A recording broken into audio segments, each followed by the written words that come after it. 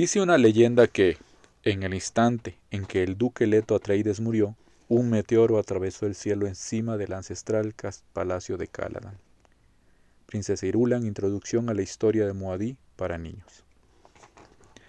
El barón Vladimir Harkonnen estaba de pie junto a una de las lucernas del transporte ligero que había decidido usar como puesto de mando. Afuera podía ver la llameante noche de Arrakeen. Su atención se centró en la lejana muralla escudo donde estaba operando su arma secreta, la artillería pesada. Los cañones arrasaban las cavernas donde los hombres del duque que habían encontrado refugio para una última y desesperada resistencia. Lentos y medidos relámpagos de luz anaranjada, lluvia de rocas y polvo entrevistos por breves instantes a la luz de las explosiones. Y los hombres del duque, sitiados por siempre allí dentro, destinados a morir de hambre, cazados como animales en sus madrigueras. El barón oía el distante retumbar, el martilleo incesante que le llegaba en vibraciones transmitidas por el metal de la nave. ¡Brum! ¡Brum! Y luego ¡brum! ¡Brum! ¿Quién habría pensado en hacer revivir la artillería en estos días de escudos? Pensó con una risita mental. Pero era predecible que los hombres del duque se precipitaran hacia aquellas cavernas, y el emperador sabrá apreciar mi clarividencia que ha preservado la vida de nuestras mutuas fuerzas.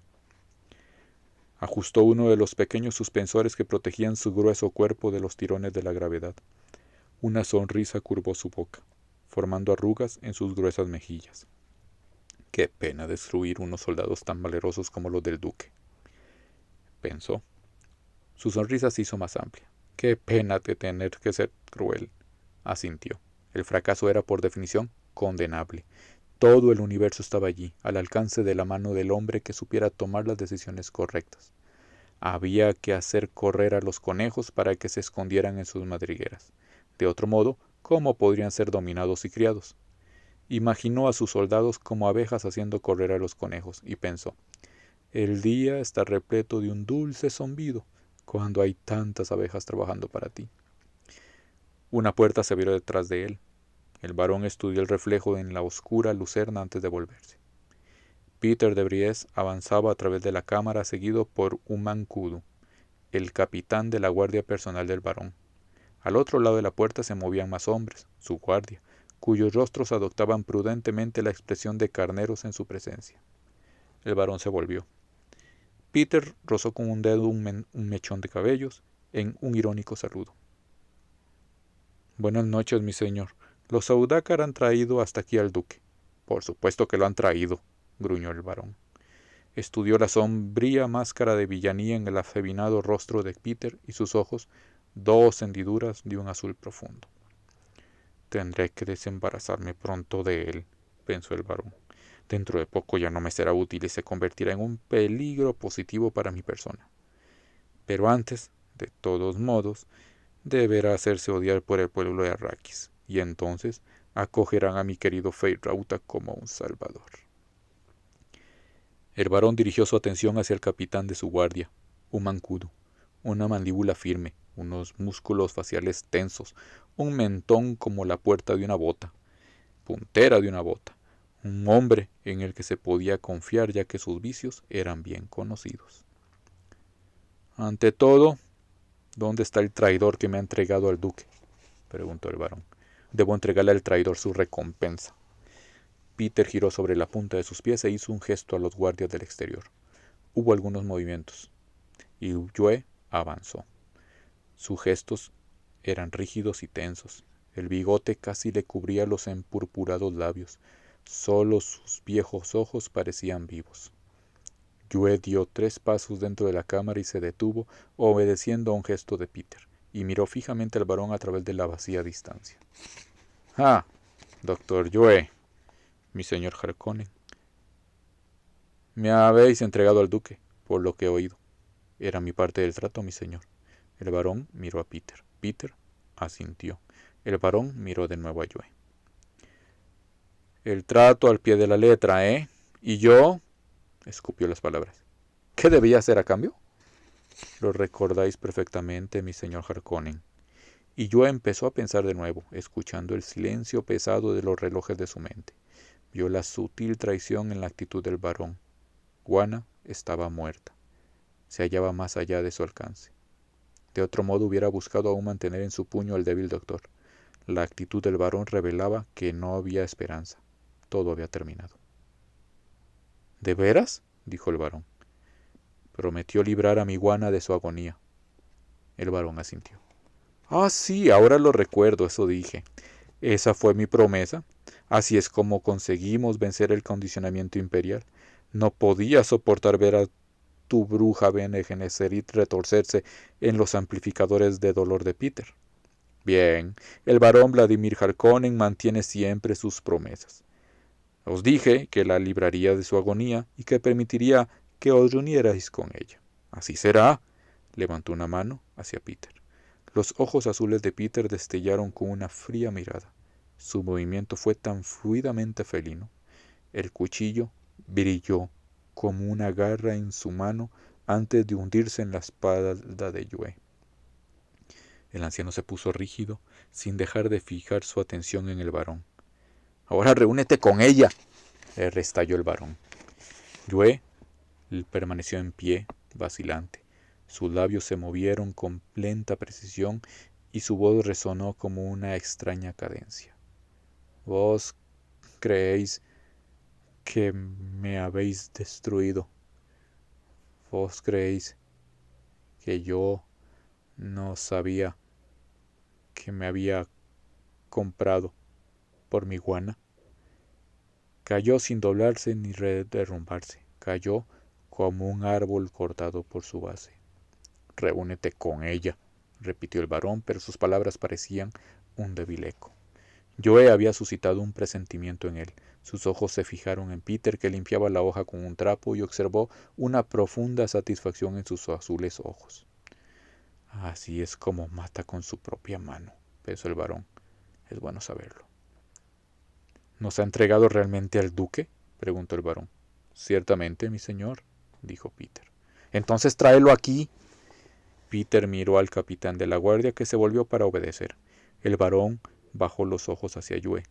Por la forma como había caído, uno podía sospechar que todos sus huesos eran de duro roble. Nunca confiaré en un traidor, dijo el varón, ni siquiera si el traidor lo he creado yo. Miró a la noche al otro lado de la lucerna. Aquel gran saco de oscuridad allá afuera era suyo, pensó. Ya no se oía el martillar de la artillería contra las cavernas de la muralla escudo. Las bocas de las madrigueras habían quedado selladas. Bruscamente el varón no llegó a concebir nada más hermoso que aquella absoluta oscuridad de allá afuera, a menos que fuera blanco sobre negro, blanco brillante sobre negro y blanco porcelana. Pero había aún aquella sensación de duda. ¿Qué había querido decir aquel imbécil del viejo doctor? Por supuesto, probablemente sospechaba ya lo que iba a ocurrirle al fin, pero aquella frase, ¿crees que me habéis destruido? ¿Qué había querido decir? El duque Leto Atreides apareció en el umbral. Sus brazos estaban atados con cadenas, su rostro de águila manchado de polvo. Su uniforme estaba desgarrado allá donde alguien había arrancado su insignia. Otros desgarrones en su cintura indicaban los lugares donde había estado fijado al uniforme su cinturón escudo. Los ojos del duque eran vidriosos, su mirada la de un loco. —¿Y bien? —dijo el varón. Vaciló, inspiró profundamente, se dio cuenta de que había hablado con una voz demasiado alta. Aquel momento, tanto tiempo esperado, había perdido algo de su sabor. Maldita sea ese doctor por toda la eternidad. Creo que nuestro buen duque está drogado, dijo Peter. Así es como Yue nos lo ha enviado. Se volvió hacia el duque. ¿Estáis drogado, mi querido duque? La voz era muy lejana. Leto podía sentir las cadenas, el dolor en los músculos, sus labios cortados, sus ardientes mejillas, el áspero sabor de la sed que resonaba como un desafío en su boca. Pero los sonidos le llegaban blandos, como a través de una espesa capa de algodón, y sólo podía distinguir formas inciertas a través de esta capa. —¿Y la mujer y el chico, Peter? —preguntó el varón. —¿Todavía no se sabe nada? La lengua de Peter recorrió sus labios. —Tú sabes algo —restalló el varón. —¿Qué es? Peter miró al capitán de la guardia y luego al varón. Los hombres que fueron encargados del trabajo, mi señor, han sido, Encontrados. Sí, bien, su informe ha sido enteramente satisfactorio. Han muerto, mi señor. Por supuesto que han muerto. Lo que quiero saber es... Estaban muertos cuando los encontramos, mi señor. El rostro del varón se puso lívido. ¿Y la mujer y el chico? Ningún rastro, mi señor. Pero había un gusano. Llegó en el momento en que estábamos inspeccionando la zona. Quizá todo haya ocurrido como esperábamos, un accidente. Es posible que... No podemos confiar en las posibilidades, Peter. ¿Qué ha ocurrido con el tóptero desaparecido?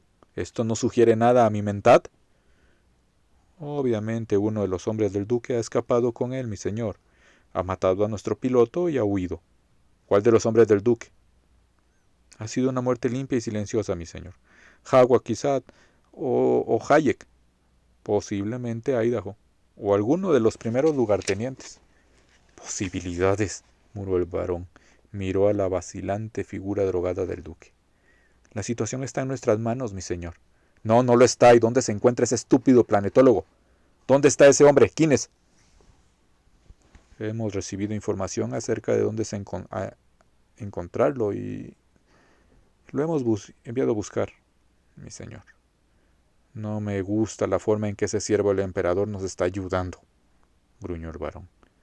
Las palabras atravesaban a duras penas la capa de algodón, pero algunas de ellas ardían en la mente de Leto.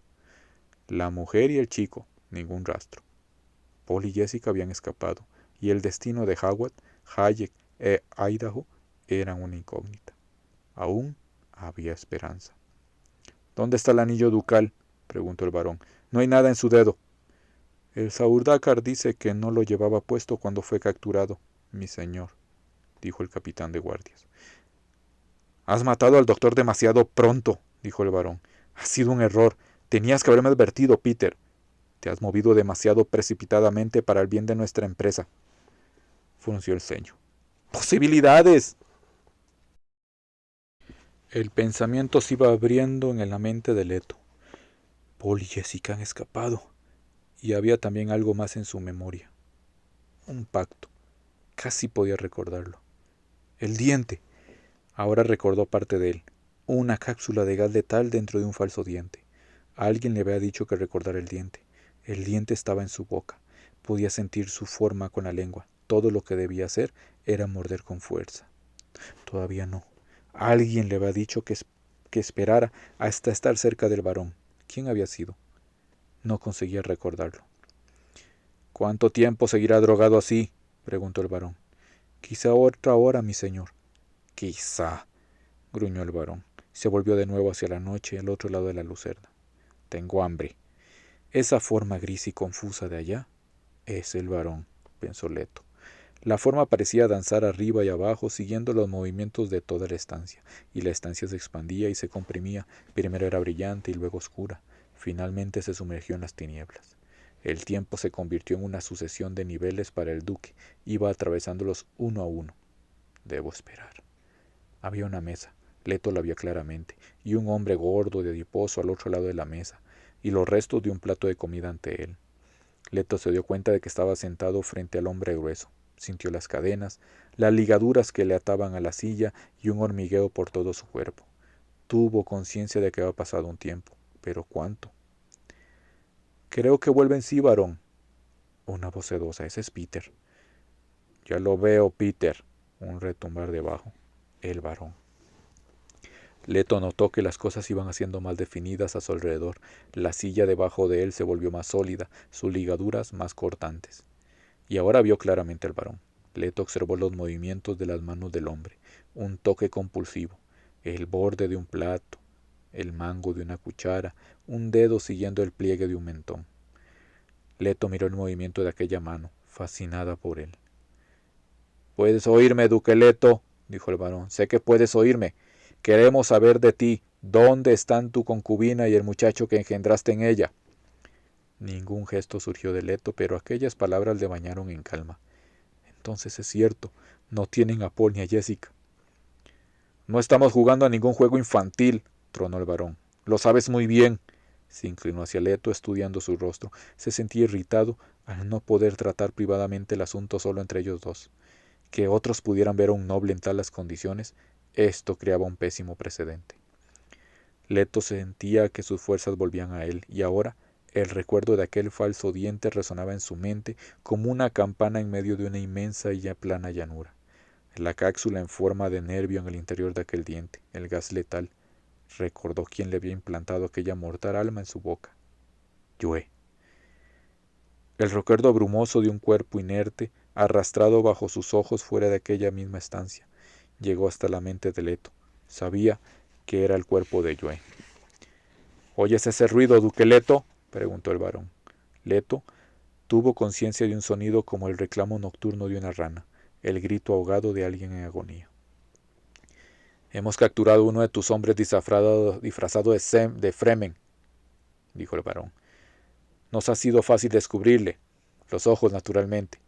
Insiste en decir que fue enviado entre los Fremen para espiarlos, pero querido primo, yo he vivido durante cierto tiempo en este planeta. Uno no espía esa escoria del desierto. Dime, ¿acaso has comprado su ayuda? ¿Has mandado a tu mujer y a tu hijo entre ellos? Leto sintió el miedo aferrarse a su pecho. ¿Y si Yue les ha enviado entre la gente del desierto? La búsqueda no cejará hasta que sean hallados. Vamos, vamos, dijo el varón. Tenemos poco tiempo y el dolor es rápido. Por favor, no me obligues a ello. Mi querido duque. El varón miró a Peter inclinado sobre el hombro de Leto. Peter no ha traído aquí todo su instrumental, pero estoy convencido de que puede improvisar. A veces es mejor improvisar, varón. Aquella sedosa voz insinuante voz. Leto la oyó muy de cerca de su oído. Tú tenías un plan de emergencia. ¿Dónde has enviado a tu mujer y al chico? Miró la mano de Leto el varón. Tu anillo no está aquí. ¿Es el chico quien lo tiene? El varón clavó su mirada en los ojos de Leto. No respondes. Vas a obligarme a hacer algo que no deseo. Peter usará métodos simples y directos. Yo también estoy de acuerdo en que a veces son los mejores, pero no está bien que tú te tengas que ver sometido a esas cosas. Cebo hirviendo en la espalda quizá, o en los párpados, dijo Peter, o tal vez en otras partes del cuerpo. Es especialmente efectivo cuando el sujeto no sabe en qué punto será aplicado el cebo la próxima vez. Es un buen método, y hay una cierta belleza en el diseño de las ampollas que se forman en la piel. ¿No, varón? Exquisito, dijo el varón, y su voz resonó ácida. El tacto de esos dedos.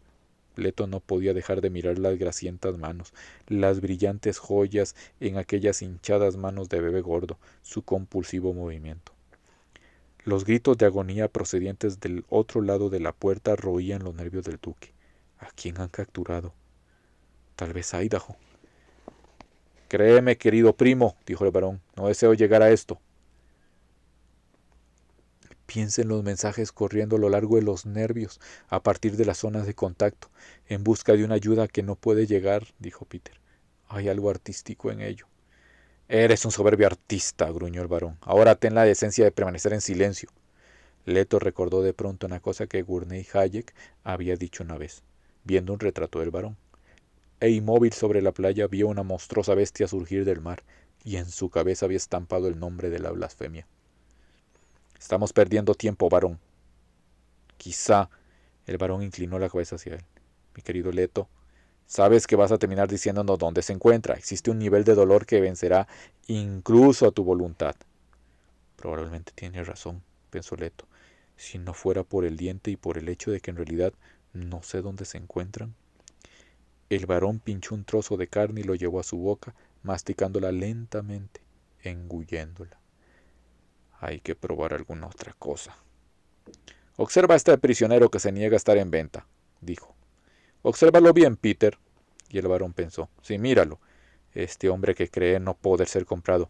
Míralo detenidamente, mientras 1.000.000 de fragmentos de sí mismo están siendo vendidos al detalle cada instante de su vida. Si lo cogieras en este momento y lo sacudieras, todo él sonaría vacío. Vendido. ¿Qué diferencia hay en que muera de una y otra forma? Los sonidos de rana tras la puerta se interrumpieron bruscamente. El varón vio a Uman Kudu, el capitán de los guardias, aparecer en el umbral y agitar la cabeza. El prisionero no había dado la información solicitada. Otro fracaso. Era ya tiempo de dejar de contemporizar con aquel idiota estúpido del duque, que no quería darse cuenta de lo cerca de él que estaba el infierno, solo al espesor de un nervio de distancia. Este pensamiento calmó al varón, venciendo su reluctancia a someter a un noble al dolor. Se vio de pronto a sí mismo como un cirujano preparado para practicar infinitas disecciones, arrancando las máscaras a los idiotas y exponiendo el infierno que había debajo de ellas. Conejos, todos ellos conejos. Y cómo huían temblando apenas veían a un carnívoro. Leto miró fijamente a través de la mesa, preguntándose qué estaba esperando.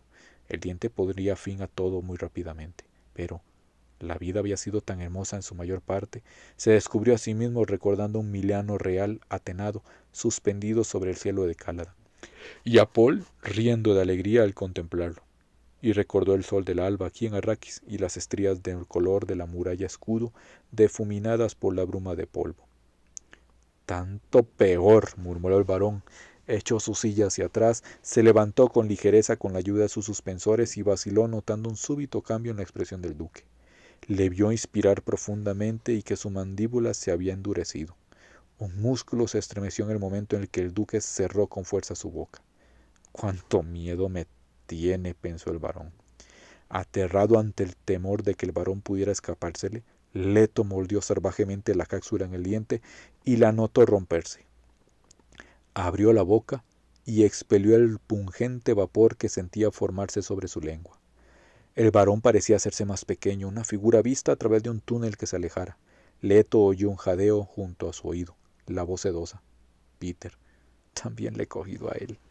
La voz retumbó lejana. Leto sintió sus recuerdos girar en su mente, parecidos a murmullos de viejas desdentadas. La estancia, la mesa, el varón, el par de ojos aterrorizados, azul sobre azul, todo se fundió a su alrededor en una simétrica destrucción. Había un hombre con el mentón parecido a la puntera de una bota, un títere, cayendo. El títere tenía la nariz rota hacia la izquierda, un metrónomo inmovilizado para siempre al inicio de su recorrido. Leto oyó el entrechocar de vajilla, tan lejano, un rumor en sus oídos. Su mente era un pozo sin fondo recogiéndolo todo, todo aquello que siempre había existido, cada grito, cada susurro, cada silencio. Un único pensamiento quedaba en él. Leto lo percibió como algo informe, unos trazos de luz negra. El día modela la carne y la carne modela el día. El pensamiento le golpeó como un sentimiento de plenitud que supo que nunca podría explicar. Silencio. El varón estaba de pie con la espalda apoyada contra su puerta privada en el refugio de seguridad tras su mesa. La había cerrado una habitación llena de hombres muertos. Sus sentidos le decían que sus guardias corrían por todos lados. ¿Lo he respirado?, se preguntó. Fuera lo que fuese, ¿me ha alcanzado también a mí? Los sonidos volvían a él y la razón. Oyó a alguien gritando órdenes. Máscaras de gas. Mantengan la puerta cerrada. Accionen los extractores. Los otros han caído muy aprisa, pensó. Y yo aún sigo en pie, todavía respiro. ¡Infiernos! Ha faltado poco. Ahora podía analizar lo sucedido. Su escudo estaba activado como siempre, regulado al mínimo, pero siempre con la potencia suficiente para retardar el intercambio molecular a través de la barrera energética, y se estaba separando de la mesa, y el jadeo de Peter que había provocado la intervención del capitán de la guardia y su muerte. La muerte y la advertencia que había leído en los rasgos de un hombre moribundo. Esto le había salvado la vida. El varón no sintió ninguna gratitud hacia Peter.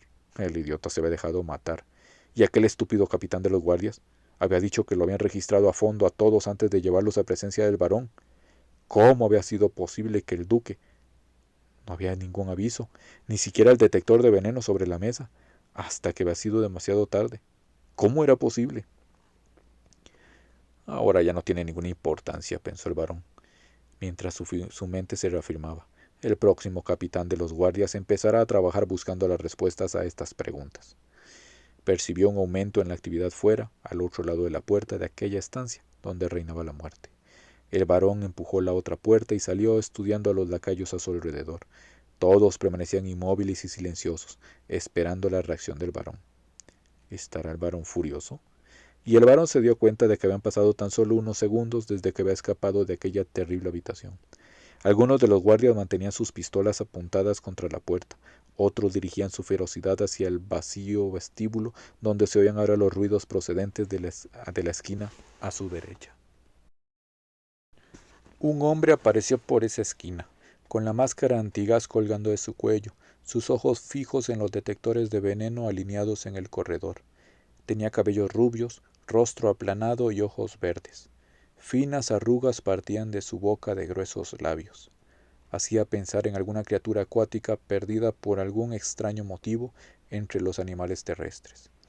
El varón observó al hombre que se acercaba recordando su nombre, Nefut, Yaquín Nefut, cabo de la guardia. Nefut era adicto a la combinación de música y semuta, que actuaba en los más profundos estratos de la conciencia.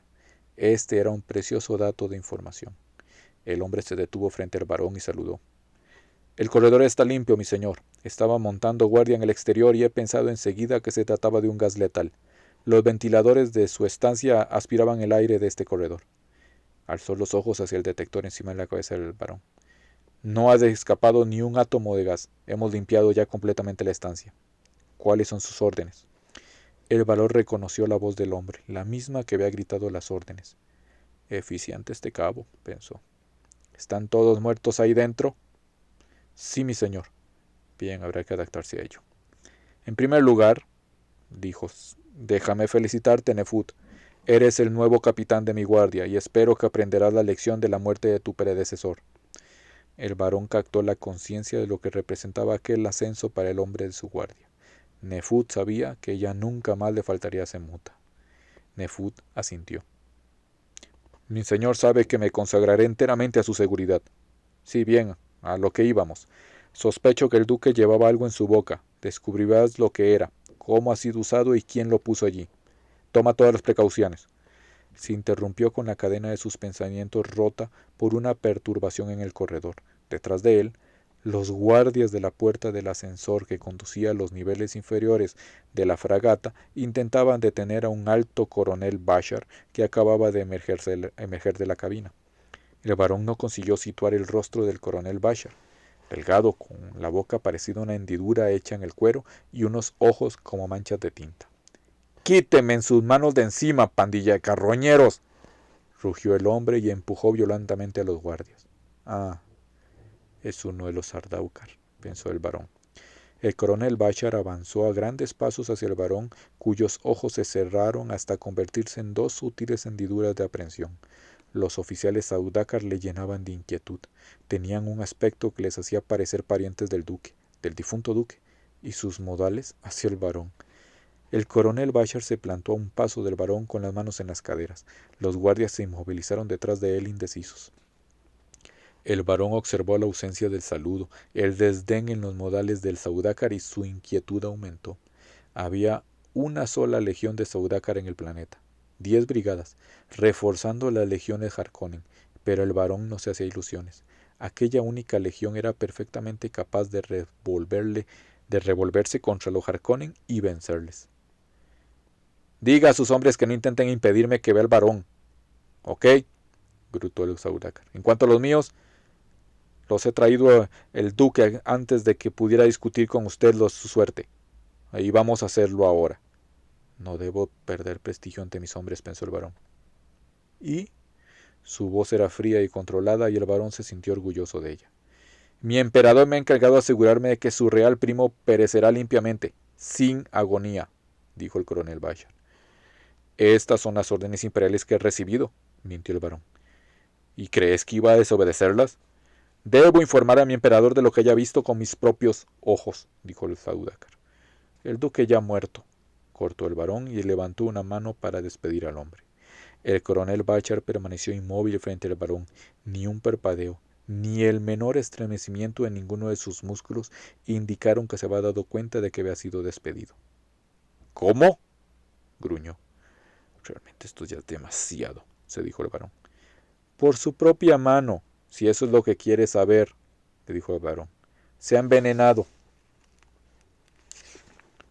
Quiero ver el cadáver, dijo el coronel Bashar.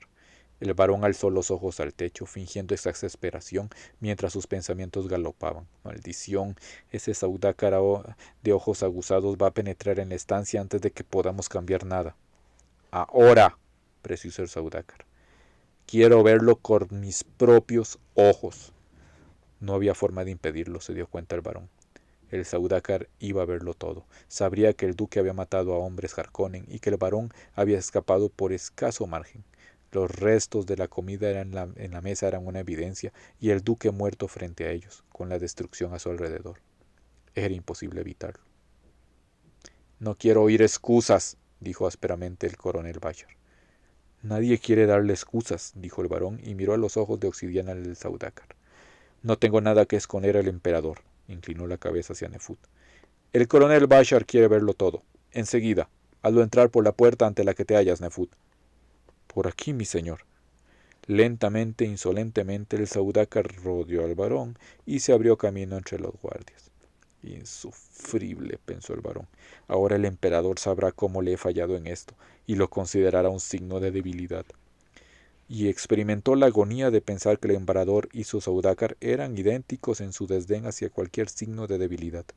El varón se mordió el labio inferior, consolándose con la idea de que al menos el emperador no estaba al corriente de la incursión de los Atreides sobre Yedeprim y de la destrucción de los almacenes de especia que los Harkonnen tenían allí. Maldito sea ese pérfido duque. El varón observó las dos espaldas que se alejaban, el arrogante Saudácar y el robusto y eficiente Nefut. Tendremos que adaptarnos, pensó el varón. Deberé poner otra vez a Raban al frente de este condenado planeta, sin restricciones. Tendré que derramar incluso mi propia sangre Harkonnen para colocar en Arrakis en condiciones de aceptar a Fate Rauta. Maldito sea Peter. No se le ha ocurrido otra cosa que hacerse matar antes de que yo hubiera terminado con él. El varón suspiró. Debo enviar inmediatamente a alguien a Tailax para buscar un nuevo Mentat. Indudablemente ya tendrán otro nuevo preparado para mí. Un guardia tosió cerca de él. El varón se volvió hacia el hombre. Tengo hambre. Sí, mi señor. Y deseo ser divertido mientras ustedes limpian esta estancia y estudian todos sus secretos para mí, retumbó el varón. El guardia bajó los ojos. ¿Qué diversión prefiere, mi señor? Estaré en mi dormitorio. Hazme traer a aquel joven que compramos en Gamun, el que tiene esos ojos tan adorables. Que lo droguen bien.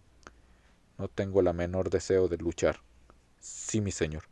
El varón se volvió y se dirigió hacia sus habitaciones, dando saltitos por efecto de los suspensores. Sí, pensó, ese con los ojos tan adorables, ese que se parece tanto al joven Paul Atreides.